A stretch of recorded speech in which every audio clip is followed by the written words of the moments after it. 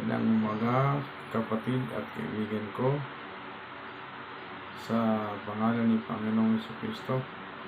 Tayo po'y magbasa ng salita ng Diyos sa aklat ni Apostol Judas. Ito'y kanyang sulat sa mga manampalataya kay Kristo.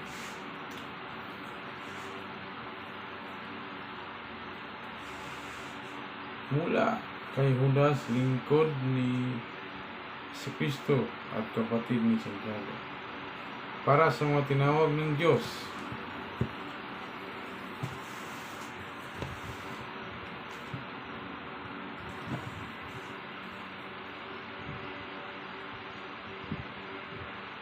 mga namumuhay sa pag-ibig ng Diyos Ama at iingatan ni Jesucristo. Sumasagana nawa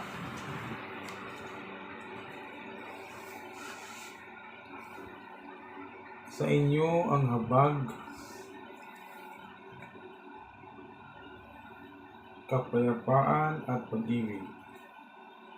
Mga minamahal, ang nais ko sanang isulat sa inyo'y ang tungkol sa kaligtasan. Tinatamasa nating lahat, ngunit nakita kong ang kailangang isulat sa inyo'y isang panawagan na inyong ipaglaban ang pananampalatayang pinagkaloob minsan at magkailanman sa mga banal, sapagkat lihim na nakapasok sa inyong samahan ang ilang taong ayaw kumilala sa Diyos. Binabaluktot nila ang aral tungkol sa kagandahang loob ng Diyos upang mabigyang katuwiran ang kanilang kahalayan. Ayaw nilang kilalanin si Kristo, ang ating kaisa-isang pinuno at Panginoon. Amen. Praise the Lord. Noon pa man una, sinabi na ng kasulatan ang parusang nakalaas kanila. Kahit na alam na ninyo ang lahat ng ito, nais ko pa rin ipaalala sa inyo na matapos iligtas ng Panginoon ang bansang Israel sa lupain ng Ehipto, pinuksa niya ang mga taong hindi nanalig sa Kanya. Alalahanin din ninyong ang mga anghel na hindi nanatili sa kanilang dating kalagayan at kapangyarihan. Sa halip ay iniwan ang kanilang tahanan.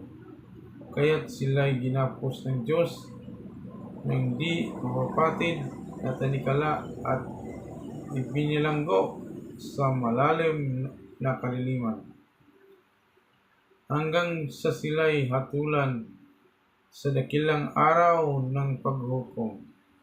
Alalahanin din ninyong na ang Sodoma at Gomora at mga karatig lungsod ay nalulong sa kahalayan at di likas na pagnanasa ng laman. Kaya't sila'y pinarusahan sa apoy na hindi namamatay bilang babala sa lahat. Ganyan din ang mga taong ito, dahil sa kanilang mga pangitain ay dinudungisan nila ang kanilang sariling katawan. Hinahamak nila ang makapangyarihan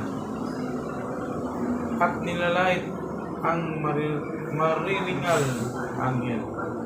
Kahit si Miguel na pinuno ng mga anghel, nang makipagtalo siya sa Diablo tungkol sa bangkay ni Moises, ay hindi nangahas gumamit ng paglapastangan.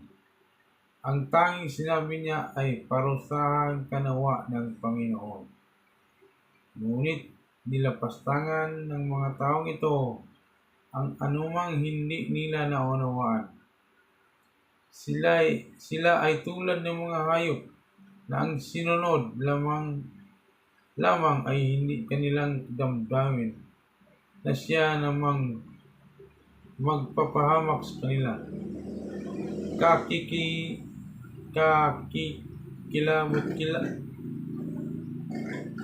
kakilabot-kilabot ang sasapitin nila sapagkat sumunod sila sa halimbawa ni Cain. Tulad ni Balaam, hindi sila nag-atubiling gumawa ng kamalian dahil lamang sa salapi. Naghimagsik sila tulad ni Kora, kaya't sila namatay ding tulad niya. Napakalaking kahihiyan at kasiraang puri ang sila'y makasama ninyo sa mga salong-salong magkakapatid.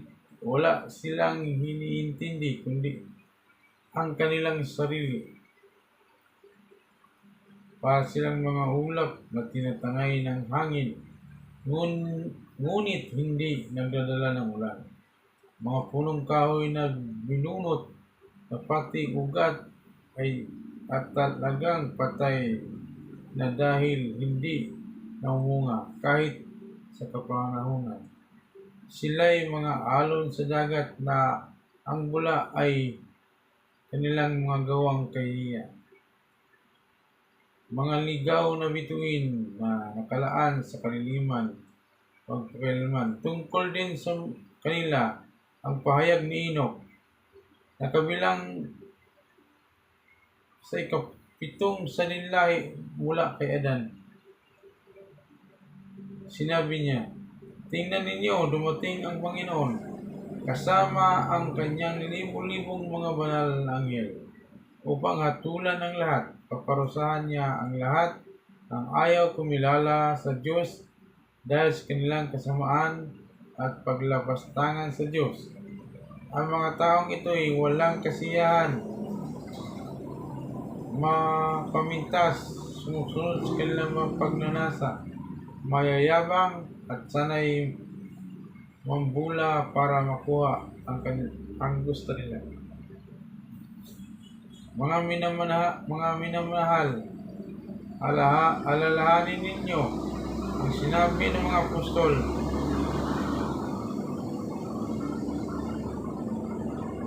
ang ating Panginoong Jesucristo. Noon pa'y sinasabi na nila sa inyo, huling panahon may lilitaw na mga taong mapanlait at sumusunod sa masasamang pagnanasa ng laman. Ito ang mga likha ng pagkakabahagi, mga makamundo at wala sa kanilang espiritu. Ngunit magpakatatag kayo, mga minamahal, sa inyong banalang pananampalataya. Manalangin kayo sa tulong ng Espiritu Santo. Manatili kayo sa pag-ibig ng Diyos habang naghihintay kayo sa ating Panginoong Jesucristo, na magkaloob sa inyo ng buhay na walang hanggan. Dahil sa kanyang habag sa atin, kaawaan ninyo ang mga nag-alinlangan, agawin ninyo ang mga iba upang mailigtas sa apoy. Ang iba na may kaawaan ninyo ng may halong takot. Kasuklaman ninyo pati ang mga damit nilang nabahira ng kahalayan.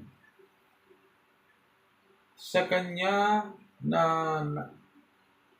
makapag-iingat sa inyo upang hindi kayo magkasala at magkapagharap sa inyo na walang kapintasan at may malaking kagalakan sa kanyang kalwalhatian. Sa isang Diyos na ating tagapagligtas sa pamamagitan ni Jesucristo na Panginoon natin, sa kanya ang kalwalhatian at kadakilaan, kapamahalaan, kapangyarihan mula pa noong una, ngayon at magpakailan. Amen.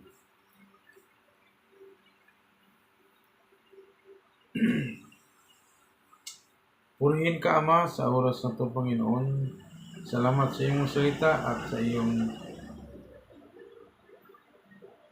ginamit na apostol upang ipamahayag ang iyong paalala na ikaw yung nag-iisang Diyos ng una pa.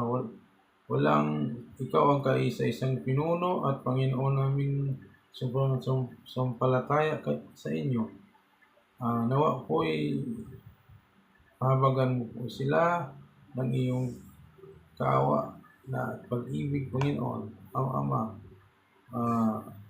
Sa iyong mga tinawag at iyong mga pinili na mga tupa kung saan man sila ngayon, Panginoon, ang iyong pag-iingat at ang iyong pagtawag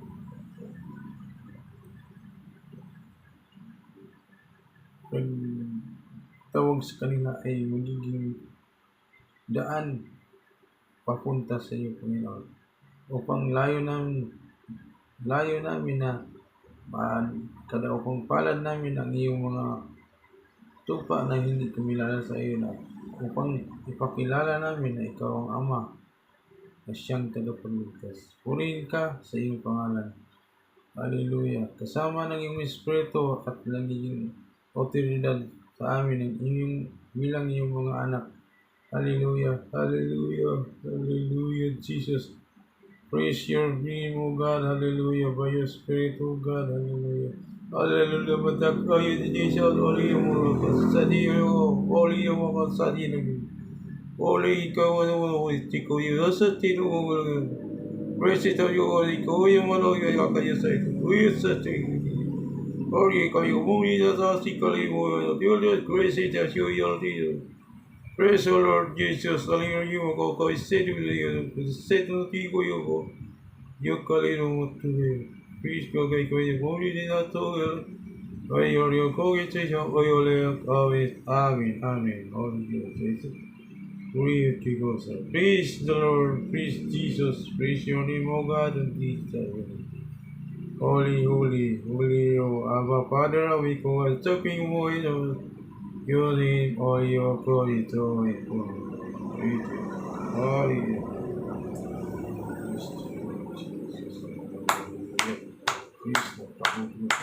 Praise the Lord, praise the Lord, hallelujah. Mga kapatid at kaibigan, muli, God bless sa inyo lahat. Nawa po'y matanggap ninyo sa inyong puso na si Jesucristo lamang ang nag-iisang Diyos at pinuno sa ating pananampalataya. Siya ang pintuan at siya ang susi. Walang ibang susi ng kaligtasan kundi sa kanyang pangalan. Aanin mo pa, mapunta ka sa ibang susi, hindi ka makapasok dahil ang pintuan ay si Kristo.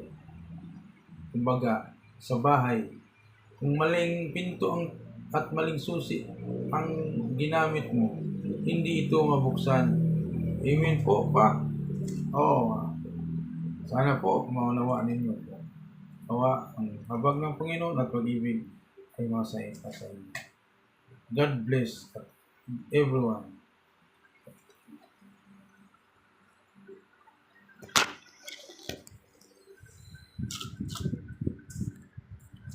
Hallelujah.